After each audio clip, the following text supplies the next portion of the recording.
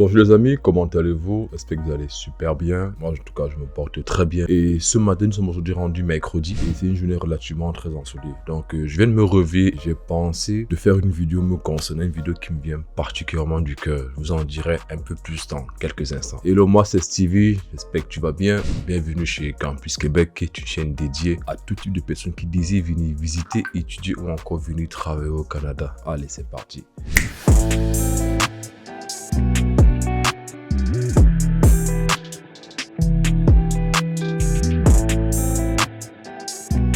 C'est quoi la vidéo en soi? C'est tout simplement le fait que j'aimerais faire en fait un bilan de ces 7 dernières années en fait que j'ai eu à passer au Canada. Parler un peu des points positifs que j'ai eu comme expérience et des points négatifs. Le premier point positif que j'ai eu ces dernières années est la qualité des études. Vous savez, je suis arrivé au Canada en tant qu'étudiant international et tout. Je suis venu ici, j'ai fait une maîtrise à ETS en génie de l'environnement et tout. C'était vraiment un très bon programme. C'était ce qui m'a le plus surpris, c'est la manière dont les cours sont dispensés. C'est vraiment différent de ce qui se passe en Europe ou en Afrique et tout. Ici, j'ai retrouvé vraiment les enseignants beaucoup plus proches des élèves, de un, des étudiants. Deux aussi, je dirais, la manière que les cours sont donnés sont différents. Ici, c'est beaucoup plus style une discussion entre étudiants et enseignants, et aussi il y a beaucoup de recherche personnelle à faire. C'est vraiment ce qui m'a le plus marqué en Amérique en termes d'études. C'était vraiment quelque chose de magnifique. En fin d'année, j'ai fait mon projet de fin d'études et tout. C'était un projet, j'étais assisté par un directeur de projet et tout. C'est vrai qu'en soi, mes études en soi n'ont pas été très faciles en termes de scolarité, parce que dès que je suis arrivé ici, je n'étais pas bien informé. Je pensais que je pouvais travailler en payant mes études, mais malheureusement, ça n'a pas été le cas. J'ai payé ma première session et après, par la suite, je cherchais comment obtenir une bourse et tout. Avant ça, même quand je travaillais, je me suis rendu compte très rapidement que c'est pas faisable de payer les études en même temps de travailler. Il fallait que je choisisse. Donc, je me suis concentré sur mes études. Dieu merci, j'ai obtenu une bourse d'exemption. Et cette bourse avec octroyé pour tout le reste de mes études. Donc, j'étais super content. Malheureusement, aujourd'hui, les critères sont rendus beaucoup plus compliqués. On peut obtenir des bourses et tout, mais c'est plus comme avant. Avant, c'était un peu moins compliqué qu'aujourd'hui. Ça, c'était une très belle expérience et tout. En termes de qualité des études, dès que j'ai fini mes études, après, j'ai fait ma demande de post-diplôme et après, j'ai commencé à faire la recherche du travail. Le deuxième point positif que moi, j'ai remarqué ici, qui m'a vraiment beaucoup marqué ici, c'est la qualité de vie. Effectivement, ici au Canada, j'ai été très agréablement surpris de voir à quel point tout ce qui est social, c'est très ancré dans la société. Par exemple, je suis arrivé ici quand j'étais étudiant, parce que j'ai vécu beaucoup d'expériences en tant qu'étudiant. Vous savez, on est très limité financièrement et tout. J'avais accès aux aides alimentaires et tout. Lorsque je fais des petites recherches sur internet et tout, il y a des possibilités d'avoir accès à des aides alimentaires. Et ça m'a beaucoup aidé. Il y a possibilité aussi d'avoir une carte d'assurance maladie. Mais en tant qu'étudiant étranger, la carte d'assurance maladie est différente de la carte d'assurance soleil. Parce que la carte d'assurance soleil, je l'ai obtenue lorsque je suis devenu résident permanent. Donc, ma carte d'assurance soleil que j'ai obtenue en tant que résident permanent m'a aussi beaucoup aidé. Parce que moi, l'avantage qui est ici versus, par exemple, dans d'autres pays, surtout les pays du tiers-monde et tout, c'est que la carte d'assurance vous permet d'avoir accès à des premiers soins santé, on va dire ce point, les premiers soins gratuits et tout. Ça vous permet de bénéficier. Lorsque vous partez par exemple en pharmacie, vous achetez des médicaments, il y a certains médicaments qui sont remboursés et tout. En tant que résident permanent, tu as la possibilité plus facilement d'avoir par exemple accès à des prêts bourses. Disons, la bourse peut être 90%, le prêt juste 10%. Par exemple, il n'y a pas très longtemps et tout, je pense quelques années, je me suis inscrit en fait à un programme de lancement de formation d'entreprise et tout, a été subventionné par le gouvernement à 90% et le prêt est juste de 10%. Donc, et un prêt qui tu peux rembourser sur, je pense, un an, peut-être même plus, si je me trompe pas et tout. Donc, c'est autant de petites choses qui font vraiment la différence. Vous voyez qu'en termes de qualité de vie, vous avez cette possibilité de vous former, vous avez cette possibilité d'avoir accès à des aides alimentaires. Vous avez des organismes aussi, par exemple, lorsque les résidents permanents arrivent ici, il y a des organismes en fait qui s'occupent de l'accueil pour faciliter leur intégration. Ils les offrent des mobiliers, ils les offrent des meubles, ils offrent par exemple des machines à laver. C'est très positif. Moi, honnêtement, de plus en plus, j'ai des amis qui arrivent ici ou des aînés et tout et qui bénéficient de cela et pas juste de ça. Donc, je trouve que l'aspect social sont vraiment là pour ceux qui vivent dans ce pays. Et ça, c'est durant ces 7 dernières années, c'est vraiment quelque chose que j'ai vraiment et je le vis toujours au quotidien et tout. Le troisième point, c'est la reconnaissance des diplômes. Qu'est-ce que je veux dire par là? Vous savez, moi, j'ai un diplôme d'ingénieur en fait de l'étranger et tout. Dès que je suis arrivé ici au Canada, automatiquement, vous n'êtes pas ingénieur. Et j'entends des gens qui disent que non, lorsque tu arrives ici comme médecin, ou docteur ou ingénieur, tu vas pas travailler dans ton domaine. C'est faux. Vous savez, il y a beaucoup d'informations qui fusent à gauche, à droite. C'est juste que des gens ne prennent pas la peine de se rapprocher des bonnes personnes ou encore de toquer aux bonnes portes. Parce qu'effectivement, je suis la preuve vivante. J'ai eu un diplôme d'ingénieur de l'étranger. Je suis arrivé ici. Il y avait cette possibilité de reconnaître mon diplôme en tant qu'ingénieur pour que je puisse exercer. Au début, je pensais que c'était impossible, mais en soi, c'est pas si compliqué que ça. C'est quoi? Je vais vous expliquer un peu brièvement qu'est-ce qu'il faut faire. Lorsque vous avez un diplôme d'ingénieur qui vient de France, d'Europe, de Tunisie, de Maroc et tout, première des choses, c'est de contacter l'ordre des ingénieurs. L'ordre des ingénieurs va vous dire, vous devez faire un diplôme qui doit être fait par WES. WES, qui est World Education Services, le même organisme qui s'occupe pour les personnes qui veulent venir au Canada via l'entrée express. J'imagine que vous avez forcément déjà entendu parler de cela.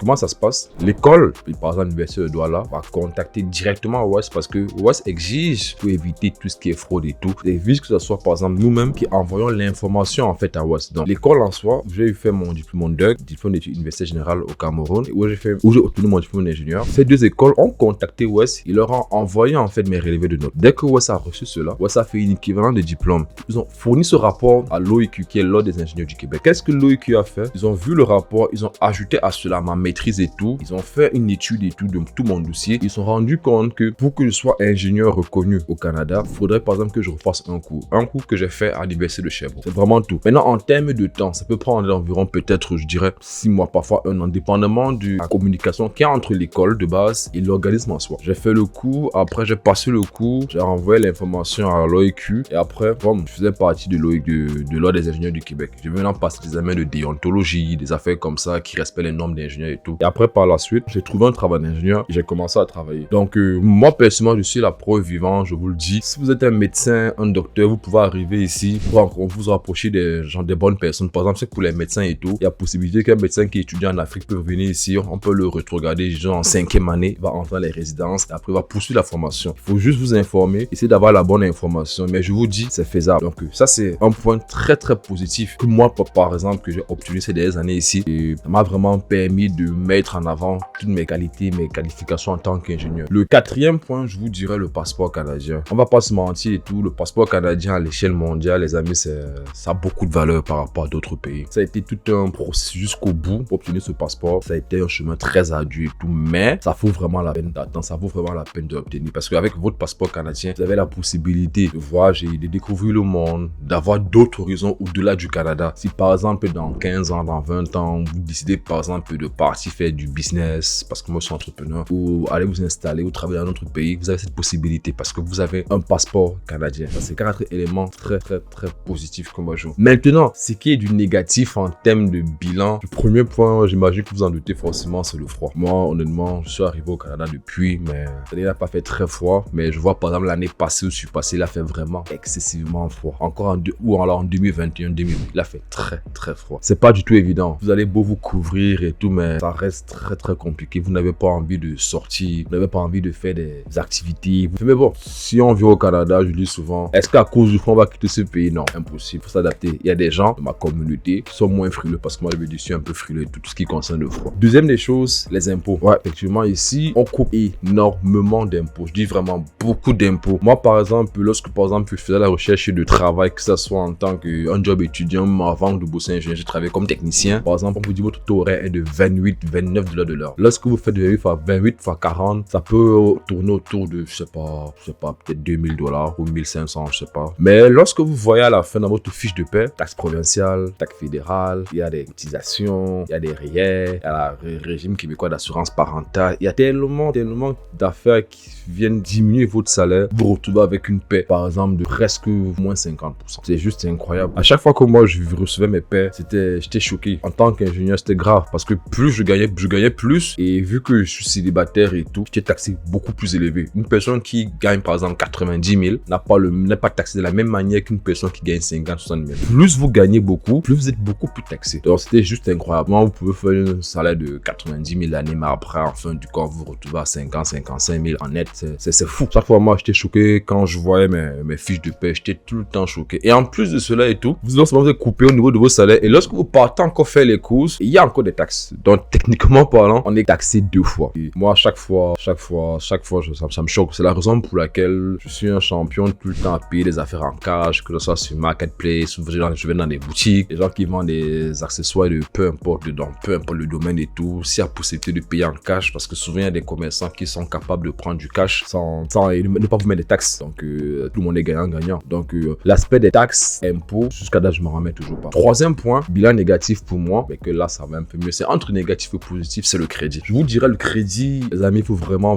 faire attention. On ne parle pas souvent de ça, mais personnellement, moi, j'ai pas eu une bonne expérience sur le crédit. Je suis arrivé ici en tant qu'étudiant de ETS et tout. Banque nationale a mis à ma disposition une carte de 5 000 $ et tout. Je suis super content. Waouh, j'ai une carte de crédit et tout, mais je commence à l'utiliser. Mais l'erreur, en fait, qui s'est passée, j'avais aucune éducation sur le crédit. Vous savez, de où on vient, on n'a pas cette culture du crédit. J'avais aucune information, comment ça se passe. Du coup, du moins, même si j'avais, je m'intéressais pas à cela. Je savais pas, par exemple, que lorsqu'on prend une carte de crédit, lorsqu'on l'utilise, pour faire le paiement minimum, c'est important de garder sa carte de crédit en dessous de 30%. C'est important de savoir qu'on bâtit l'historique de crédit pour demain acquérir des biens et tout. Moi, j'avais pas cette information. Du coup, je m'intéressais pas. Du coup, j'ai bousillé ma carte de crédit, ma carte de crédit. J'ai utilisé. Ma carte de crédit n'a même pas été remboursée. Mais après, au final, je l'ai remboursée. J'ai vraiment fait du n'importe quoi. Cela m'a impacté négativement pendant de nombreuses années. Pour remonter ma carte de crédit, c'était tout un problème. Pour prendre un téléphone dans un fournisseur comme Fido Bell, c'était très compliqué parce que j'avais pas une bonne carte de crédit. Personne ne voulait me faire confiance. J'avais pas droit à une autre carte de crédit ailleurs. Je pouvais pas avoir de prêt. Je pouvais pas avoir de marge de crédit. Je pouvais pas prendre une auto. Je pouvais rien faire. Les amis, faites vraiment attention au crédit. Dès que vous arrivez ici, prenez vraiment le temps de vous informer sur le crédit. Prenez le temps de savoir comment utiliser votre carte de crédit. Mais bon, ces 2 dernières années, ça va. Les choses, j'ai réussi à remonter la bande, avoir des acquisitions, des investissements, faire des investissements et tout. Mais avant cela, c'était la galère. J'ai vraiment beaucoup souffert de ce point. C'est pour ça que je dis, les entre négatif et positif. Un autre point en tant que négatif, c'est l'obtention de ma résidence permanente. Ça, c'est quelque chose qui se dit pas souvent. Vous savez, il y a beaucoup de gens qui viennent ici en tant que résident permanent. C'est simple. Ils sont déjà résidents permanents. Ils font 3 ans. Ils respectent le nombre de jours de présence sélectif sur le territoire. Et après, pour la demande de citoyenneté, ils sont canadiens. Mais en tant qu'étudiant étranger, les amis, c'est un autre game. Les étudiants qui vont venir ici étudier, c'est autre chose. Avant, à l'époque, je me rappelle, on parlait de 13 mois, mais ma résidence permanente m'a pris presque 2 ans. C'était rendu fou. L'attente était incroyable. Lorsque je contactais CIC, souvent ils ne me répondaient pas. Souvent, lorsqu'ils vous répondent, ça fait aucun sens. Ce que tu dis n'a aucun sens. C'était juste incroyable. À la base, c'était supposé prendre 13 mois. Ma résidence permanente m'a pris 2 ans avant de l'obtenir. Combien? 2 ans d'attente interminable. Juste pour ça, vous pouvez être malade, mentalement, psychologiquement. Si je ressors, est-ce que je vais pouvoir entrer? C'est la raison pour laquelle beaucoup d'immigrants, lorsqu'ils arrivent ici en tant qu'étudiants, ils préfèrent obtenir d'abord leur résidence permanente avant de rentrer, par exemple, voir leur famille, parce qu'ils savent qu'ils peuvent revenir au Canada sans souci. Et c'était le cas aussi pour moi. Je voulais absolument être résident avant de rentrer dans ma famille. Mais l'attente était juste incroyable. Au final, je me suis dit, écoutez, je veux continuer ma vie. Quand ça va sortir, ça va sortir. Et personnellement, c'était pas une bonne expérience. Je ressentais sur le mépris lorsque vous discutez avec des agents de CIC. C'était vraiment pas du tout évident. C'était pas une expérience positive pour moi. Jusqu'au bout, j'ai obtenu ma résidence permanente, mais c'était dans la douleur. Le dernier point, c'est le coût de la vie. Effectivement, oui. Le coût de la vie est rendu juste incroyable. Le coût de la vie avant la Covid n'a rien à voir après la Covid. Avant la Covid, les logements n'étaient pas chers, n'étaient pas rares. L'alimentation n'était pas chère. Avant la Covid, tout était raisonnable. Tout était accessible. Avec 1 000 $ par mois, un étudiant vivait simplement à Montréal. Après la Covid, tout est monté. L'alimentation, les transports en commun, les services, tout est monté. Tout.